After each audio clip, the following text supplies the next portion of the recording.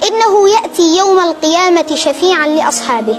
ثواب الحرف الواحد في القرآن الكريم به حسنة.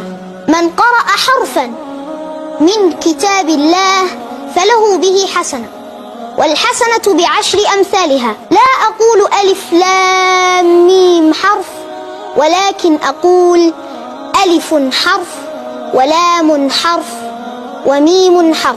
فأسأل الله العلي العظيم أن يجعل القرآن العظيم ربيع قلوبنا ونور صدورنا وجلاء أحزاننا وذهاب همومنا وغمومنا وسائقنا ودليلنا إليك وإلى جناتك جنات النعيم.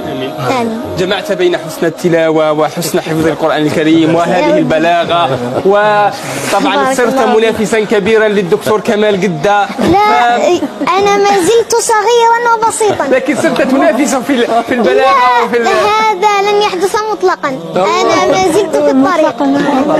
هو دكتور ما شاء الله، ما شاء الله. وأنا ما زلت أحفظ القرآن الكريم وأسعى إلى أن أحفظ الأحاديث والمتون، فما زالت الطريق طويلة كي أنافس دكتوري وأستاذي ومعلمي وشيخ الشيخ كمال قدة والأستاذ إبراهيم.